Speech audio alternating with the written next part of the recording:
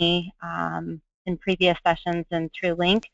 If we do get short on time and your questions aren't answered, please feel free to reach out to me via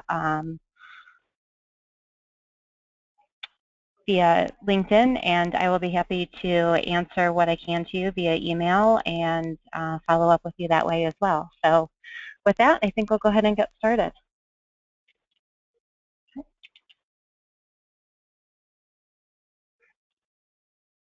Okay, so just to recap from the events that we talked about last time, I think that the key thing to remember is, again, that an event is something that can happen in a process, and it impacts the flow of a process. It can operate in sequence flow, where it's going to act more as a delay, where it's always going to happen.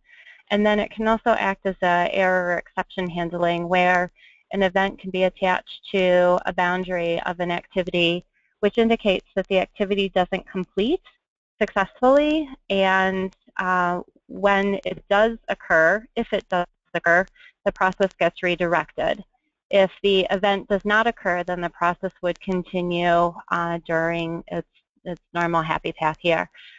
One of the key things to remember about events when they are a boundary condition is that they can only be received, they can only redirect the process flow if the event occurs while the activity to which they're attached is happening.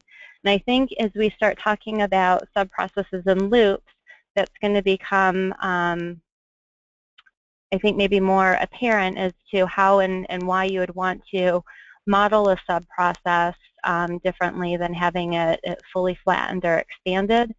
And I'll try to touch a little bit more about what the implications are from a process that's actually implemented in a workflow or a BPM system as well. So the big question that I get asked a lot is, when you're doing process modeling, to what level of detail do you need to go in terms of your process? And there's never a right answer for that, and the answer is always it depends on what you're trying to do or trying to approve. I think the biggest recommendation that I have is you have to go to the level of detail at which your user's pain points are accurately captured, and you can show the difference between an as-is and a to-be process. I will say that the level of detail also varies based on if you're planning on integrating and automating a lot of activities. You need to go to a much more fine-grained detail. If you think about automated services, they tend to be very fine-grained of get information, write information, edit information. So a lot of times with a user or manual task, we'll say, well, I go into the system and I look up information and then I kind of go on with my task. If you're lucky, they'll use those words, but most often they don't. If you're going to talk about automating, looking up information, you need to know how they're looking it up. They're getting information. They're searching by a customer name, and they're reviewing the outputs, and then they select the exact customer that they're looking for, and they can tell that it's that unique customer by certain criteria. That's the level that you need to go to. So it depends if you're talking about automating activities, if you're just talking about improving a business process at a higher level, you're talking about trying to scope out a project for process improvement, I would stay at a higher level as well. The other rough guideline that I have for you is that you should expect to include between 8 and 50 elements on a diagram. And that's a pretty wide range. And the difference of 8 to 50, I say 8 because if you look at like a value stream process flow, that's pretty high level. It would generally be done in a PowerPoint. You're looking at using BPMN to take your process model to the next level down and show a little bit more what's involved there. Within a sub-process, you may have 8 elements on a page, but that is more than likely going to be part of a bigger subset. And if you look at this slide here, this is, I think this is somewhere in the neighborhood of 35 to 40 activities on a single slide. So you can see if you start to try to put 50 on there, your boxes get a lot smaller, they're harder to read, and while some people prefer to see everything all on one page, so they can see, yep, this is a pretty complex process. Other people are like, you know what, this is too complicated for me, I can't follow it. There's different mindsets. You know, some people are more analytical and want to get down to the details. Others are more high level. I want to see things up and then I'll drill down as I go to it. I think the key thing with any process improvement initiative is you can't improve a process if you don't accurately know how things are being done today. We talked a lot about that with the events and the gateways earlier, that there's a big difference between and or conditions, and that's really what we want to understand, and you can show a bigger difference of your as-is versus your to-be diagram. So what does that mean in terms of process modeling? Again, there's both an art and a science to process modeling, and my recommendation is to keep your process, if you're not as familiar with BPMN, if you're just starting to grasp these nuances and getting to this level of detail, the difference of an and versus an or, you're using the events, my recommendation is to start with a flatter diagram, meaning that your end-to-end process is all on one page. Chances are that you're going to have closer to that 50 boxes on a single page, and it's going to look ugly and complicated.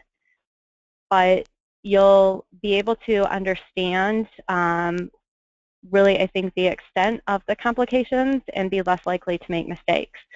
Over time, you can work on cleaning up a diagram and using the concept of snipping and cutting. So I think I talked about this in the very first presentation, showing the slide as well. If you look at this box, there's natural groupings of activities here, and if people can go ahead and use the chat box to tell me how many different groups of activities they see when they look at this screen, go ahead and type that in, and if we can have our organizers read some of the answers back as they come in, that would be a help. Yes, we can definitely do that. We'll just give them a second to type in some answers.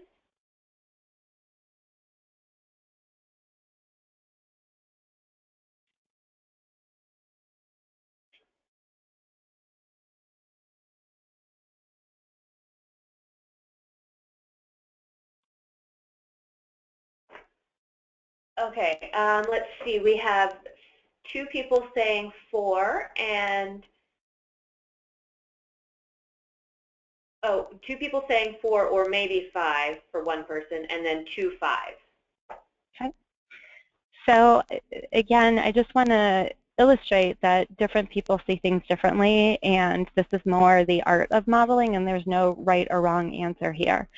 The concept here is that there are some natural groupings, and part of it's just the way that I drew this diagram. I could have drawn it where it would have been clear that this box right here is kind of hanging out by itself and it's not connected or related to any other activities, where some people see that and think that that's one activity. And they see these blocks in the lower right here all being connected to each other as one group.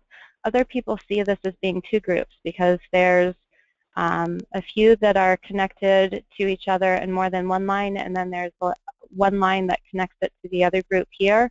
So some people have the desire to kind of snip that line in their mind's eye and say that this lower right-hand section here is actually 2 groups instead of 1. I think that this is a good example here, though, to illustrate that if you have a complex diagram, once you understand the interdependencies and is a process flow, I don't have any gateways or loopbacks in here. There's no directions on my arrow, so you can't really tell what's going on. But you're going to start to see this concept of tightly integrated or tightly cohesive activities, or those that are loosely coupled, maybe connected with only one connector, one line to another group there. And as you look at those connections, if you do want to kind of clean up your diagram and do a drill down, there's no right or wrong answer if you want to start on your first page where there's 3 boxes and you drill down, or you draw it with 5 boxes and you drill down. A lot's going to just depend on user preference and experience. Okay, the concept of taking these activities here, if you wanted to show on your high-level diagram 3 or 5 boxes and be able to drill down and show the details, That's where you get into BPMN and the ability to use sub-processes. Couple of comments about the strong cohesion and loose coupling. Again, there is no wrong or right answer. You don't have to have like this little one guy group over here. You can have activities that are loosely coupled that you group into a single box or multiple sub-processes. That's, again, a very user preference and more of the art. And then a little bit of the psychology behind things, too, is the concept of Miller's Law. And if you Google that, you'll be able to read a little bit more about it. But some psychological studies that have been done about if users see 7 options, that's about kind of right. If you have 20 different choices of the type of peanut butter to buy from at the grocery store, people can get overwhelmed and end up not choosing any of them. Versus if they only have 1 or 2 choices, they can feel like, oh, that's not exactly what I was looking for, that's not what I want, and they can walk past it and not buy any of them either. So there's this concept of 7 plus or minus 2, so anywhere between 5 and 9 is more about what people expect to see. So if you have less than 5 activities or 5 high-level boxes on a process map, a lot of people are going to say, well, that's really high level, and while I can see what you're talking about, it's not enough detail for me. It's not, there's no way you're going to be able to articulate that there are problems with your as-is process. And then as you start to get closer to the 9 or 10 activities, there are a lot of people who would look at the slide here where there's, like I said, somewhere around 35 boxes. It starts to overwhelm them, and they can't pay attention to the detail. So I would strive on any process model to have somewhere around the 10 activities per page, if you will, in order to clearly communicate and not lose people from one extreme or the other. Okay, so again, to what level of detail do you need to go? It depends, but I would say that if your process is too simple, then you've probably not gone detailed enough to worry about trying to improve it. I would focus on to what degree of accuracy you've modeled your process and not trying to oversimplify things and understand the user's pain points. And that's where the science aspects of BPMN come into play.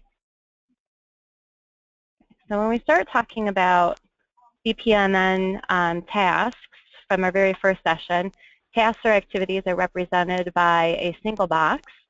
When we start talking about sub-processes, you'll see a plus sign in the box, which indicates that there's a drill down, that if you click on that box, there's underlying detail, then I can see the details behind it. So one thing I want to kind of go back to is the relationship between tasks and processes in general. If you look at this example here, what I would consider an oversimplified or a very inaccurate process is if you have an open position, you post the position. After you post the position, we move our token along the process flow. Once we receive a resume, a single resume, we go on to the next activity. We evaluate the resume. After we evaluate the resume, we go on to interviewing the candidate. Okay. Why I say this is inaccurate is because in most real-life solutions, posting a position is completely independent from evaluating resumes. I can post positions all day long and not get a single response. I can post positions all day long and get 5,000 responses. Just because I get 5,000 resumes does not mean that I'm going to interview 5,000 different people for them. So I think the key thing to remember is what exactly is the start of your process? What are the activities that follow as a natural subsequence of those? Posting a position is not going to ensure that you receive a resume, and receiving a resume is not going to ensure that you ultimately interview a candidate. Okay. So we have a concept of separate processes. Processes can be linked through inputs and outputs, and retouching on the events from last week, you really want to identify what triggers activity or what triggers work to begin, and separate the work that's being done from the inputs and outputs that are required to do an activity. So if I looked at our previous diagram and I wanted to model it more accurately, at a high level, I can say that I have a process to post a position, I have a process of receiving resumes, I have a process of evaluating resumes, and I have a process of interviewing candidates. I could say those are all 4 separate processes, and if I were to model them in detail, I could show each of them separately on a page. So in the concept of receiving a resume, if I were to drill down there, receiving the resume would be the start of my work to actually review it. I can receive a resume whether or not I have an open position. There's oftentimes, via email or friends or LinkedIn, I can get resumes all day long. I can evaluate it and determine if I have an open position where it's a good fit for it or not. If I have an open position for it, then maybe I'll evaluate it for that position. But even if I don't have a position open for it, I may keep that resume if it looks really good and kind of keep it on my back burner and wait until I do have an open position. Or I may just say, sorry, no thanks. My job postings is an input into whether or not I'm actually going to do anything for this particular resume or not. I may have a list of job postings. It may be 1 or more postings that I have that this candidate might be a good fit for. I don't know if there's any questions on this thus far. I have not seen any yet, but yes, I will let you know if any come through. Okay, thank you. Then we have the concept of repeated activities, and processes by nature, they are repeatable.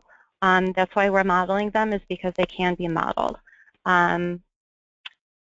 We're not saying that every instance of the process, that every alternate path is always followed, but we are saying that there are certain activities that always occur, there are certain decisions that always get made at the same point in the process, and depending on how that decision is made, we'll follow one path or multiple paths based on the type of gateway that we have. Within a process, you can also have activities be repeated and having them do multiple times. And that's where we start to get into the concept of a looping activity. Activities can be a reusable or a callable sub-process, or they can be repeated as part of their process flow. Give me just a minute to kind of talk through that a little bit more. Okay. A lot of times, what I would say is novice process models would take the concept of using a gateway to indicate that an activity is being repeated. So you have a task that completes, you evaluate a condition, and you either do the task over again if it wasn't done correctly, or you continue on if needed. And the condition can be true or false. You can label your arrows either way. The pros of this approach is it's readily understood. The con of this approach is it's a little bit more challenging to represent some of the exceptions, and we'll get to that as we go through this. But if you remember, again, the concept of exception and error handling, that the activity actually has to be being worked on in order to be interrupted by an event. And then the other con is unintended execution consequences. So this again kind of comes into play if you're modeling a process more of communicating between business and IT and trying to automate activities. You can end up with different users understanding whether task 1 is really completed or not, and if it has to start all over from the beginning. So the implication of this is task 1 completes, and if it wasn't done correctly, I'm going to start the whole entire activity all over again from the very beginning. In real life, that usually doesn't end up happening, that you start all over from the very beginning. You kind of pick up somewhere in the middle or where you left off. A standard loop, which is represented in BPMN by the circle with the arrow here, represents a do while or a do until a condition becomes true. That means I know that the activity is going to have to happen. The pros of this is that there's a visual indication, that circle, that there is a repeated activity. I think it's probably more representative of the gateway approach for users and can see that it's happening over again. The con about it is it does kind of bury what the condition or the logic is. You don't really see from your process flow when the loop condition becomes true, at what point do you finally stop doing this activity and go on. So in order to clarify that, one of the things that I would recommend modeling for analysis is to use an intermediate gateway that's actually attached to this looping activity that clearly shows, you label your condition or you label your message to show when you stop doing this activity and then go on. I think that it's also personally one of the very few real-life scenarios that I encounter where I actually have this, have encountered this. And an example of when I've encountered that, I may actually use this to represent that, like I'm collecting a batch job, that I'm receiving a bunch of orders, I'm validating orders as they come in, and I'm going to keep doing that until 8 p.m. when I take the batch and send it downstream. Definitely more relevant, I think, in terms of modeling legacy systems and semi-automated IT processes. The concept of a multiple instance in BPMN, again, if you remember from our first session, is represented by 3 parallel lines here at the bottom of your activity. And I will say that this concept is one that I see all of the time in business. An activity happens multiple times for a particular instance. There's no way to tell how many times it's going to be completed. I think it's also one of those that is least intuitive for business users to understand when they first start out with BPMN, but once you catch on to it, I think you'll see the benefits for it, and we'll talk through some examples here in just a minute. Are there any other questions?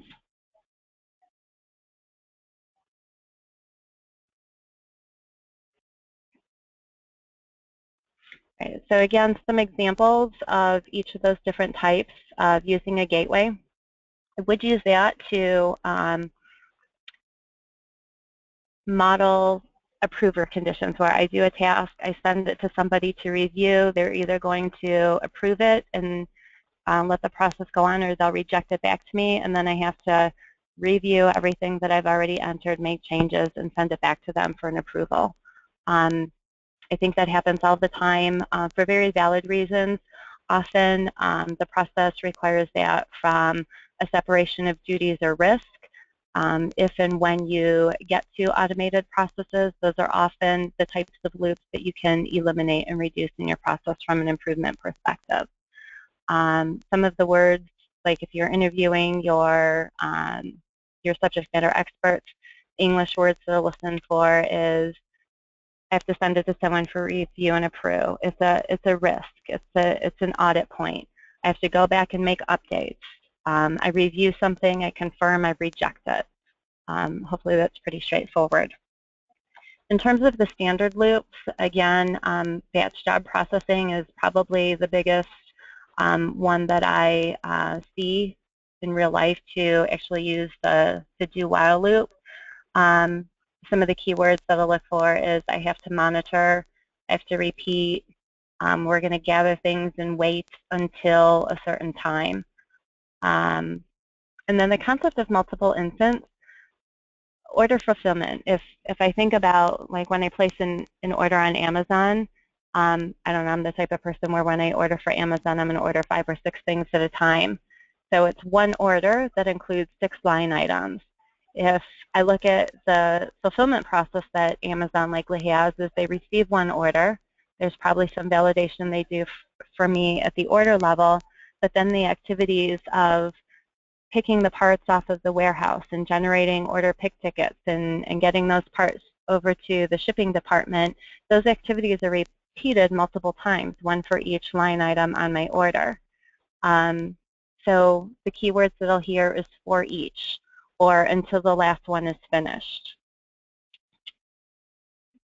The big thing with loop implications is In the case of, if I look at that example of ordering through Amazon, the activity of confirming an order will complete before any of the pick tickets get generated for all of my items that I've placed on order.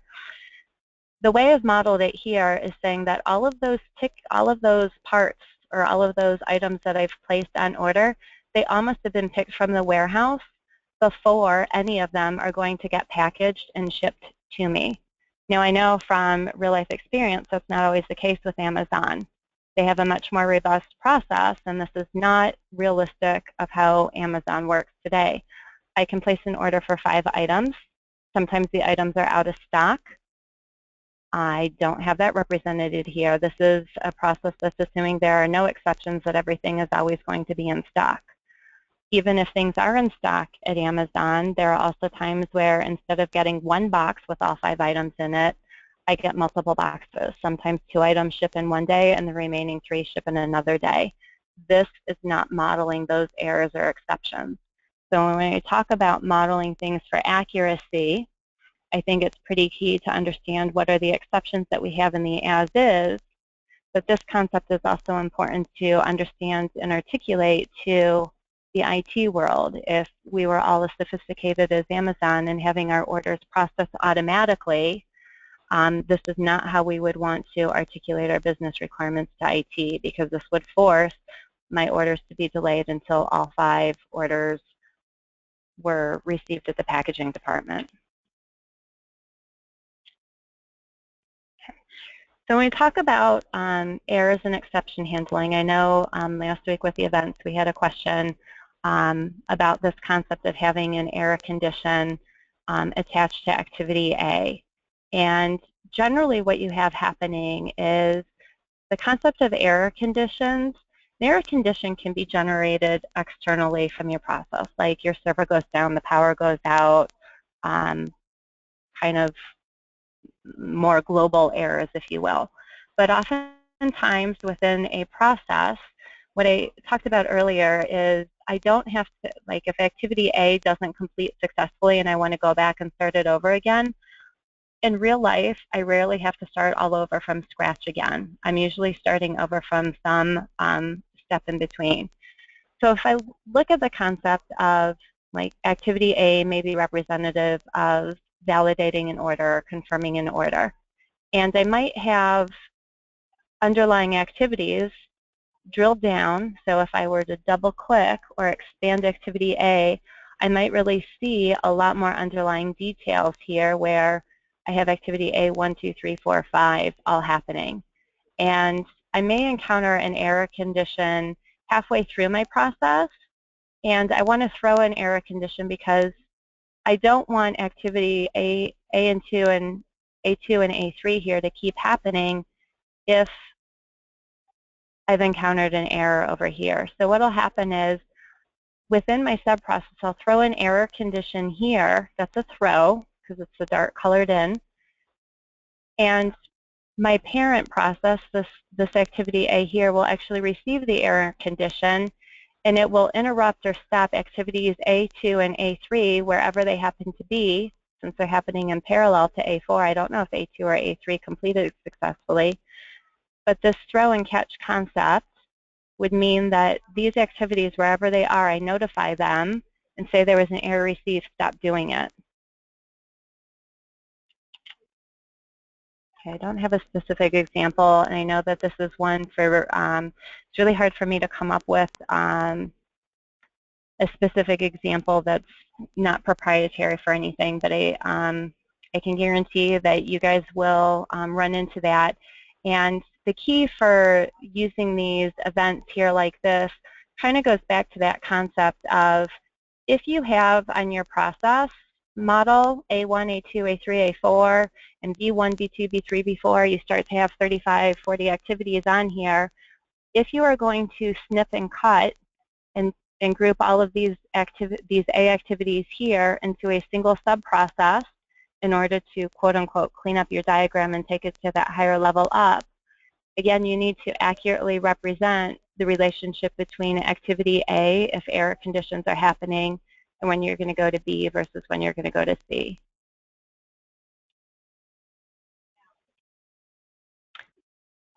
Any questions about loops, multi-instance, error conditions before I go on to other BPMN elements? No questions yet. Okay, thank you. Okay, so going back to our BPMN shape set, the BPMN notation allows for groups, data, objects, and artifacts that are generally more of a business analysis or process analysis tool rather than used in design environments. Groups are represented just by a rectangular box, and a key thing to note is that the group is actually got the hard right angles as opposed to activities that have the rounded activities. A group is used for a visual representation only, and it does not impact your process in any way whatsoever. So there's a big difference between a group and a sub-process. The reason I may throw a group onto my diagram is to aid in a discussion with business users and say, okay, this is the area that we're talking about here. It's group 1 or group 2. And it's not in any way saying that there's D and C are related. There's no drill downs. There's no errors or exceptions that are happening. There's no events. There's no sequence flow. Nothing is attached to the actual outline here. It's purely for discussion purposes. In my mind, there are probably many other ways that you could use a group for whatever reason. The key thing is not impacting your process flow at all. Visual representation only. Data objects, again, they are represented. It's supposed to look like a piece of paper where the top corner is folded over. That's to distinguish it from the group, where the group is a rectangle. I use it as a visual representation of inputs and outputs. If I go back to that example of reviewing the resumes, sometimes having them visually on a process will help me understand that I have separate processes that are related through a common database or a common data. The input of one process is the output to another. The other reason that I would use these is from the kind of a law of conservation. If we go back to the purpose of a process is to add value. You have inputs that get transformed into an output that has greater value. I will put these on a process model to make sure that if I have something coming out of a process, that I also have inputs coming into it, and vice versa. If I have inputs coming into a process but nothing coming out, it's a little bit of a visual indication that there's non-value add activity happening. It's also, from an executional perspective, it starts to, I think, articulate to business users the difference of how process work is being done transforms data, and you can start talking about data groups and data objects. And I know a lot of folks in the ABPMP Association are also involved with Master Data Management Associations, and there's definitely a relationship between process and data.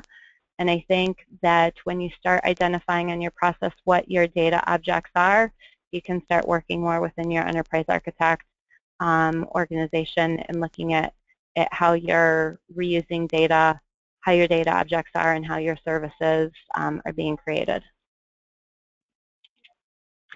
Artifacts are something that the official notation again recognizes that process modelers are going to have their own needs, as well as the tool vendors, the IBMs, the Oracles, those who are building, even like Visio, process modeling or process execution tools, that they may have some additional concepts that aren't supported by BPMN. And they're saying that's okay, you can add other stuff to your diagram if you want. We totally understand that there's a need to it, and go right ahead and do that as long as they don't impact the process flow. Anything that's going to impact your process flow should stay true to the BPMN notation. And again, the reason for it is the notation was all built around trying to get people to see the same picture and get the same interpretation around it. You can use artifacts to show additional detail. Some of the artifacts that I've used is certain tools allow you to kind of drag and drop a screenshot onto your model, you can double click on it and have your Word document or PowerPoint open where you see a screenshot. It gives additional insight into your process. Standard operating procedures kind of go along that route as well. And I look at a screenshots and standard operating procedures is to be very similar in nature, is that your process should stay the same regardless of what tools or systems you are using. There are times where you may shift your activities to being automated, where the system itself is doing the work for you, but the activity or the work that's being done isn't changing. Whereas the standard operating procedure is more of how that work is done, and that procedure is tied to a system. So if you have a user task, if I'm doing something in Microsoft Outlook, that's a lot different than if I'm doing something on SharePoint or in a PeopleSoft application or something like that. My standard operating procedure says, go to this field and do this and then hit enter or hit back or that type of thing. Secret decoder rings or business rules is they're more commonly referred to. Again, we talked about gateways 2 sessions ago, where when you get to an exclusive gateway, how you determine which path to go down is dictated by data in a business rule. We should not be hard coding that into our connectors and our process flow, because that's what makes it more rigid. So I would try to extrapolate the business rules out and either use a data object to represent the fact that it's an actual rule, or if you have a different symbol on your modeling tool of choice that you would use to distinguish the difference between a data object and a business rule, you could do that. I get questions a lot about modeling IT applications and how we would do that. There are 2 recommendations that I have, and it depends on whether, again, what's your point for modeling, and whether your system's actually doing work as an automated activity, or if somebody is using an IT system to do a work as a user task. So if your ERP system is automatically generating account receivable invoices and emailing them out for you, I would model your IT system as the actual swim lane within your process to show that the IT system itself is doing work.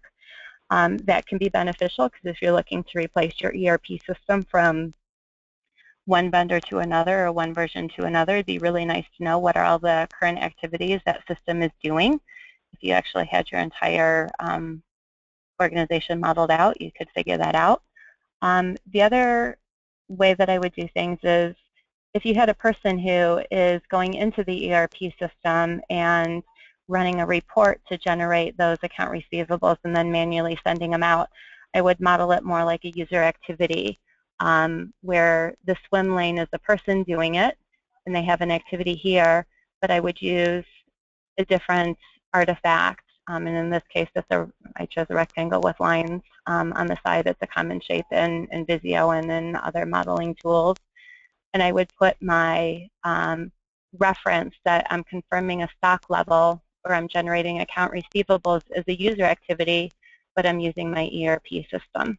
So again, if I'm replacing the ERP system, I could say, show me where in the process map it's associated with these user activities, so I can go confirm with those users. Just to run through kind of modeling mistakes, kind of segues into some of the best practices. So I'll touch on some of the more common mistakes that I've seen from teaching users and some of the errors, and then we'll get into some recommended best practices and a little bit more on modeling tools. So ignoring the concept of multiple instance implications. Like I said earlier, the big difference with using a multiple instance is whenever you have a loop condition, whether it's multiple instance or the standard loop, that activity isn't going to complete until it does it for each and every order. So if you look at my example here on the top of receiving an order, I can review and confirm the order. I can then create a pick ticket and ship the item. This top one is representing that if I have one order with 5 items, I'm going to have 5 instances of creating a pick ticket open. As soon as one of those items is picked off the warehouse, that item is going to ship and there is going to be no delay. I'm going to end up with 5 different boxes that may or may not be accurately what I represent. And again, I don't think it's quite accurate from Amazon because sometimes I get 1 box with 2 things and 1 box with 5 things. So if I were to try to model what Amazon's doing, I would guess that between creating a ticket and actually shipping it, there's probably some gateways and some rules that are being evaluated of whether or not I actually ship multiple items in a single box or not. The bottom line is saying that all of the items have to be picked and are all going to go into a single box here.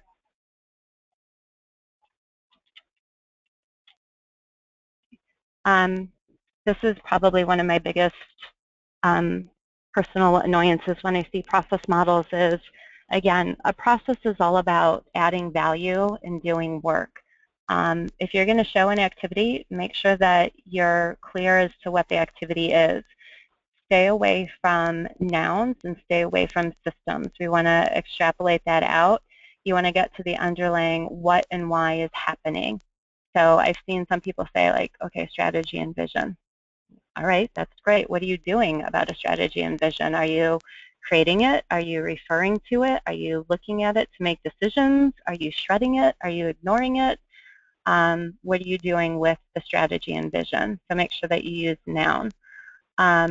The other thing that I'll see is I run an XP1 report or there's some system reference in there. And I have no idea what that report is or what that means. Why are you doing it? I can run reports all day long and throw them in the garbage and nobody really cares about it. So make sure that you're, again, your purpose for process modeling is to communicate and share information across different user groups who may or may not have the same knowledge you have. So trying to put it in English or whatever language of choice, Spanish, Portuguese, Chinese, whatever, putting it in terms of everyday usage words that conveys the business context behind it is highly recommended. Hard coding business rules into process. We talked a little bit about that in gateways. The reason I highly recommend doing this is as a process modeler, if you hand this over to IT, chances are you're going to get your business rule coded into IT logic, and anytime you want to change the rule instead of being able to flexibly do that, you're going to have to contact IT and say, I need to make a change to the code, and your sales program is going to probably be over by the time it gets launched and tested and out the door. I think it also is a good practice in terms of getting the business to take ownership of their business rules.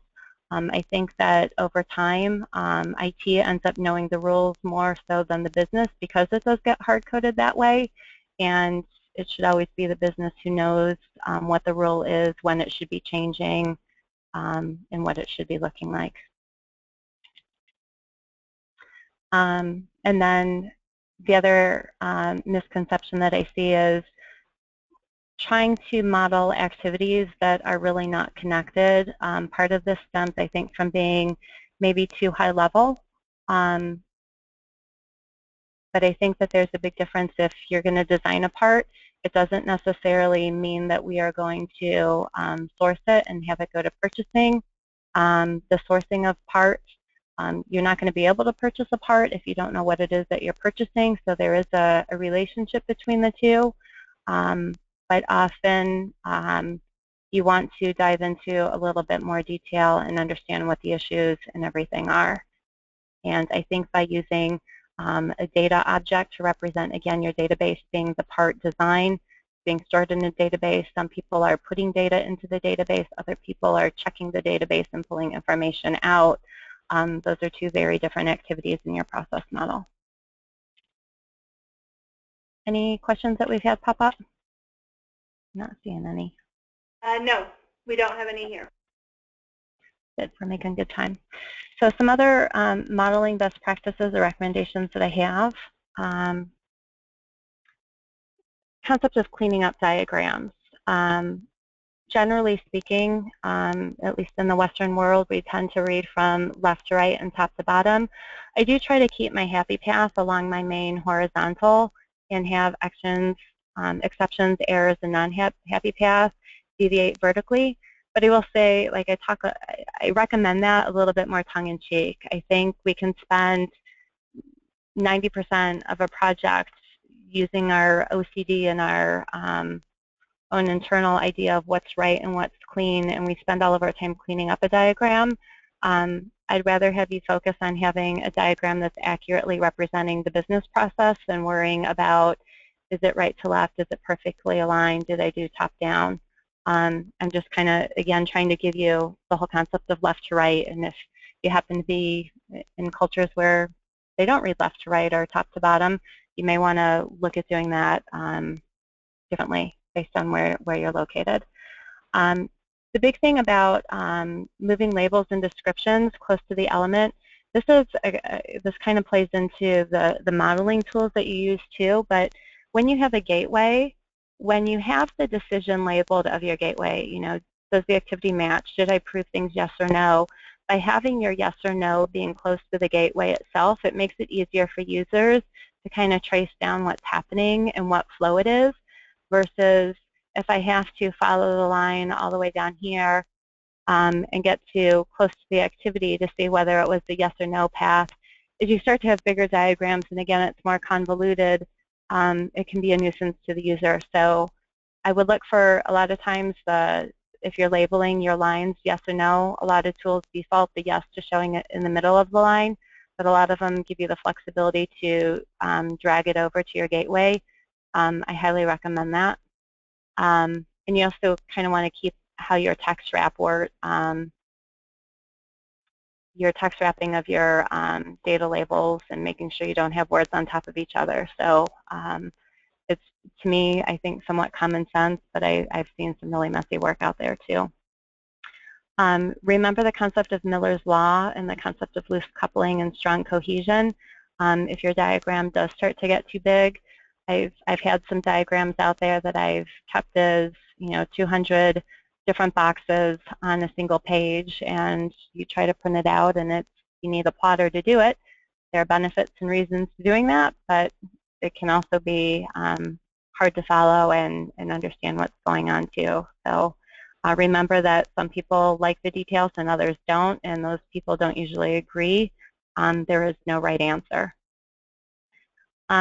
I also recommend using straight lines rather than an elbow connector. And I'm going to show you an example here of, there's a lot of modeling tools where your connector lines default where they're always a 90-degree angle between it. And I start to see a lot of this even when you've got the little bridge kind of hop over a line. You ultimately get lines that overlay with each other, and it's hard to follow. If you look at this yellow box here, if anyone can quickly and clearly identify how many of these blue boxes to the left are required inputs before the yellow box the yellow activity would occur, and the same thing with the red one. I would argue that it's really challenging because you have these elbow connectors that end up overlapping, versus if you had straight line connectors. A lot of people, again, we kind of get this OCD angst of, I have diagonal lines, and sometimes they're elbow connectors and sometimes they're diagonals, but I would argue that this is a lot clearer and easier for people to understand what the precursors for the yellow and red are. So just kind of showing that. This is the exact same diagram. All that I did was I straightened my lines. There's an option in the tool I used to right-click on the line and say straighten line instead of elbow connect. Making your process logic visible, labeling things. Again, remember your purpose for process modeling is to be able to visually show how complex things can be. I've talked about pretty much all of these. Couple of comments here towards the end is distinguishing different end states with different events. I think that came up as one of the questions at the end of last session. Is it okay to have multiple end events? And I say yes, and it's something that I would recommend. I want to show that There's a difference if my order is fulfilled and I get an account receivable, I get paid out of it, versus an end event where someone had to cancel my order. I would want to know how many of the orders submitted ultimately get canceled because I'm out of stock versus how many get fulfilled. Color comes up a lot, and I don't really have any clear recommendations for color. I would say that it's something you probably want to talk about internally, but it's also one of those, I think sometimes process-centered groups try to enforce too many standards of their centers of excellence and say you're going to use colors for this, this, and this reason, and people break it all the time. I think that the use of color is something that should be left up to the modeler themselves. It can be used for a variety of different reasons. Sometimes people have long process models where swim lanes, they don't scroll, so you're all the way down to the right and you can't see what the label of your swim lane or user group is. You can color the background of your swim lane and you remember, okay, yellow means one group and red means a different group. I've also seen color just used within, background coloring of events or certain activities to note milestones, again, in communicating with businesses. Or people sometimes highlight activities saying, like, this is our biggest problem area, this activity right here, and, have those different colors. Just the key thing with colors, considering color blindness, that comes up a lot. Actually, there's a lot of people who are afraid to voice that they're colorblind, but it's more common than you may think. Considerations when you're printing out in black and white printers, and if you start to realize that you're running out of colors, like you can't tell the difference between blue-green and green-blue, it's probably a sign that you're using color incorrectly, and rather than clarifying things, it's making it more confusing or visually unappealing to users. I think the big thing with a color key with using color is, however an individual model is using color, is make sure somewhere in your diagram you have a color key to say what your colors mean, and that way you don't have to worry about trying to standardize the use of colors across your organization. Any questions have popped up around modeling best practices before I go on to tool considerations? No. Okay, awfully quiet group today. So considerations of a tool. This is a lot of questions that I've gotten offline. What I've talked about from BPMN 2.0, hopefully this was a little bit more in depth, but I also feel like I didn't even nearly scratch the surface with you guys as well. I will say from my own personal experience, again, I've had experience modeling in probably 6 or 7 different tools. I don't think a single one of them has fully adhered to the BPMN 2.0 standard. It's not to say that it's wrong. It just means that some of them, the more common shapes are included, but everything that's in the specification are not. And I look at the best practices I told you guys about, complex gateways, and I wouldn't recommend using those because it's convoluted. A lot of the tools don't have those. So it's not that it's bad that they don't support it, but it is a question that I would ask a vendor. If you don't have a modeling tool, I would ask them, how do you deviate from the standard? For those artifacts, what tool-specific ones does your tool provide, and how do other clients of yours use those artifacts? I would ask whether the tool itself performs any validation against BPMN. There are many tools that do, and there are many tools that don't. So there are some tools that, like for example, won't let you draw an arrow that goes into a start event because the specification says start events can only have arrows coming out of it. That's, I think, a nice to have, but not a must-have in the tool. The other thing I would ask about is, how does it copy tasks or activities? So as you start getting into more process modeling versus process drawing, the concept that the same activity, you really shouldn't have the exact same activity being done twice in your process unless it is a loop. There are some tools that restrict you from actually being able to copy and paste an activity into your diagram. So it's a question that I would ask them.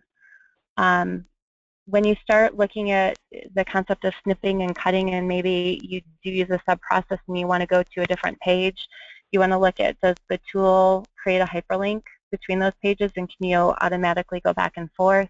I know, like the concept of Visio, I can end up with a diagram that has like maybe 20 different tabs or 20 different sheets across the bottom, and I've got to insert the hyperlinks. There are some tools that when I use a sub-process, if I double click on it, it automatically creates another piece of paper and stuff for me. So I think there's a big difference if you're looking for a tool to use as a business analysis or process analysis tool versus you're going to use it for execution, meaning that you're going to implement your process and turn it into a workflow environment and start to get your process management metrics out of it. Most of the big modeling for execution tools come with a design environment that is separate from their modeling for analysis. And I would ask how those are two related, how are they organized, and how do they interrelate with each other. I would ask whether or not the tools integrate with other enterprise architect tools, such as a data dictionary, a data object. If your organization may already have some of those data objects defined, it'd be really nice if I could go to that kind of library or repository and drag and drop a data object onto my process model rather than trying to have to define it as part of my scope. I'd ask about collaboration in terms of can multiple users work on the same model. A lot of times process analysis or projects are big where you've got 2 or 3 different BAs or business users who may want to go in and review it, whether they have access to do so or how do they support multiple users but still enforce process governance so that not everybody's just willy-nilly making changes. I would talk about their concept of the connectors and their sequence flow lines. I think that is that concept that I showed you just a few minutes ago about elbow connectors versus straight line. Not every tool supports that, and I would say personally, when it comes down to how much time I actually spend modeling a tool, comes down to is it visually, is it easy for users to read? And if I have to spend a lot of time manipulating my connector lines based on the tool, I can spend a lot of time doing that and still not make it clear. That's a problem for me personally and why I don't recommend those tools. And then from a modeling perspective, a lot of them will also allow you to run simulations before you get it actually into an executable environment. And the simulation capabilities kind of begin to border between modeling for analysis versus modeling for execution. So I'd ask if they have that. I think it's a nice visual, but probably requires you to do a much more detailed analysis, and you have to start gathering some data metrics along with your process in order to be able to run one of those. Laura, we did have a question come in. Uh-huh. Someone asked if you have a list of suggested tools. Yes and no. So it's been I want to say maybe 3 years since I've actively been in the marketplace in terms of researching the different vendors that are out there. So a lot can change in 3 years. There are some tools that I do recommend and tools that I don't recommend, and I'll be happy to share that with you. And I will comment that nobody's paying me to say any of this. It should all be taken with a grain of salt, and there are pros and cons to every tool. When it comes to modeling for business analysis purposes, Visio is by far one of the most common accepted tools within organizations, and that comes from just being a part of the Microsoft Office suite. Is a tool, I deal with it, and it's actually a tool that I use quite heavily right now. There are different versions of Visio that support and I'm going to mix it up, but I want to say it's their professional, maybe their professional license that is much more expensive, that comes with a BPMN notation or tool set out of the box. There are other versions of Visio that most likely your organization has that are not the professional version, that tend to be cheaper, that don't have the BPMN template as a part of it. And so part of the reason I don't like Visio is that they make you pay more for it and don't include it in the out of the box, and they're kind of, in my mind, promoting not good modeling by not including it in their basic version. That being said, there are a lot of stencils or templates that are available for use in the lower level versions of Visio, and actually that's what I use, and I have no issues with it. I do like Visio in terms of being able to send it to pretty much anybody via email, and they can open it even if they don't have a Visio license. It works with Office and you can open it. And generally, it's pretty widely supported and people can manipulate it. I don't like it in terms of like the concept of hyperlinks and some of the capabilities that are there.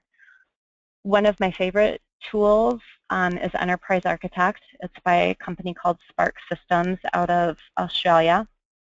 I think that it is a very flexible and powerful modeling tool. The cons with Enterprise Architect is if you're coming from something like Visio where you're used to opening your tool and having a blank piece of paper there and ready to go and start drawing, this tool takes some training of getting used to. It's designed to be a modeling tool, which means you need to set up your model before you can actually start drawing. You open it up and you're not presented with a blank piece of paper. So once you get over that, I think it's one of the more powerful and robust and easy to use tools from a modeling perspective, and I can do pretty much whatever I want in terms of connectors. Bizagi is another, I would say, easy to use tool. You can Google it. I know that it's pretty easy to download free versions of it, and I think that that's okay from an individual user's perspective. Again, it's been a few years since I've looked at them. What I've had issues with Bizagi in the past is more around their licensing agreement, and the last time I had checked, it was a little bit more, I want to say, like spyware-ish of what you agree to, and against many corporate policies in terms of being able to purchase it as is. I do not know how negotiable they are in terms of changing their licensing agreements if you were to look at buying it and using it within a corporate environment. But I would say that's something that you would have to do if you're using it in a corporate environment, because you're basically saying that whatever you model is out there for the Bizagi to see and to use however they see fit. But as a modeling tool, I think it's very easy to use. I think it's powerful like Enterprise Architect, and I think it's easy to use. I've had experience with both Oracle and IBM. Oracle's Business Process Modeler in the design environment, and then IBM, I've used both their BlueWorks Live tool and their design environment. IBM's BlueWorks Live tool, I think, is not one of my personal favorites, but I know others who think very highly of it. In my opinion, it's a good tool for a high level. To me, it's almost more like of a glorified PowerPoint.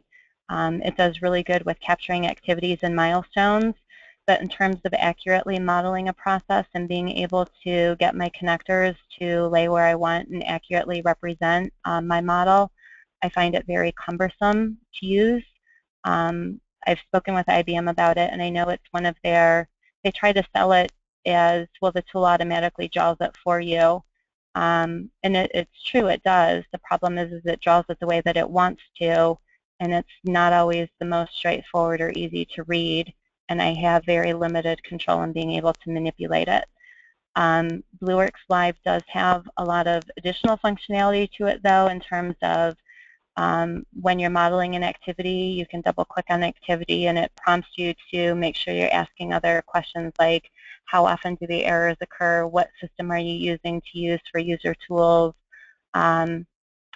They do promote that it can be used to automatically generate like requirement documents via an export. It's something that I've done, and while it does export stuff to a Word document, I would also argue that it does so in a way that is not particularly user-friendly for business folks to actually read through and be willing to sign off on, and usually requires manipulation. I think the IBM design environment is a lot more flexible and user-friendly to use. The issue with that, though, is you require some licensing, and it's a little bit more expensive, and not everybody's going to have it. I don't know. Hopefully that answers the question. If there's more specifics, or if you want to ask me that offline, please feel free to reach out to me via LinkedIn. So I know we're a few minutes over, Lara, but I only have one more slide. I'll be happy to go through that and let me know if there's any other questions. I don't have any other questions now, but go ahead with your next slide. Thanks. The only other consideration from a tool, again, kind of gets into more of the bigger tools. If you're going to not only do modeling, but you're going to look to implement a process using workflow and process management designs. Again, most of those tools do have a modeling environment that's separate. I would ask how they interface or relate to each other. The tool vendors, again, try to sell you that, well, if you use Blueworks Live, you can import your diagram directly into the design environment. Pretty much every tool vendor says you can import Visio into their design environment, and I'll say that I've yet to see one that works really well. The key thing between import and export is because these are different vendors, and even if you have the same vendor, kind of the importing and export will get all of your activities pulled over for you, but usually your connector lines end up like a spaghetti mess. And by the time you try to untangle them so that it's readable in a process flow format, you might as well have just redrawn it. The other thing I'd like to say is once you have your tool in an executable environment and you have a workflow that's actually running on that process, that's actually effectively becoming an IT system there, so you can't make tweaks to it. If you're going to improve your process and do analysis, you need a copy of that in your kind of playground or your modeling environment and be able to simulate or do things of that before you make those changes in the design environment. And I think that's one of the things that I would recommend users if you're going down the concept of using process management tools to really, whichever vendor you're talking about, make sure you understand and ask them to show you that. And then, again, both of them are going to have, that's kind of a typo in my middle bullet, but both of them are going to have some deviances to BPMN.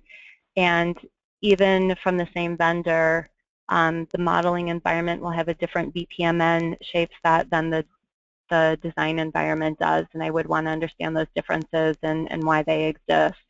Because eventually, if you do have a process that's executed and you have a workflow, users, they should be able to click on where they are in their diagram and see the process flow. Like, okay, I'm here. I'm at activity A3. That's what somebody's working on right now.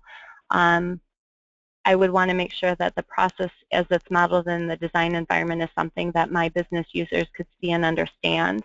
And that kind of goes to the last bullet point of all of the process management tools. It's all about giving you visibility to what your process is.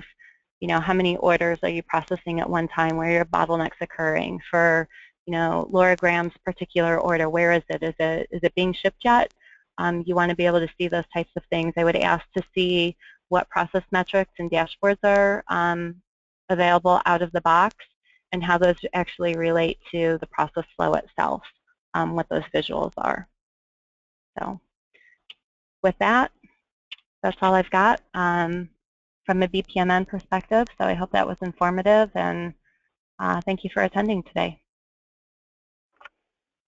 Laura, thank you for presenting and giving us such great information. I think I haven't gotten any other questions, so I think we can probably go ahead and wrap up and say goodbye. And I would encourage everyone to sign up for the next webinar, which will be in December. All right, thank you very much. Thank you. Bye-bye, everybody.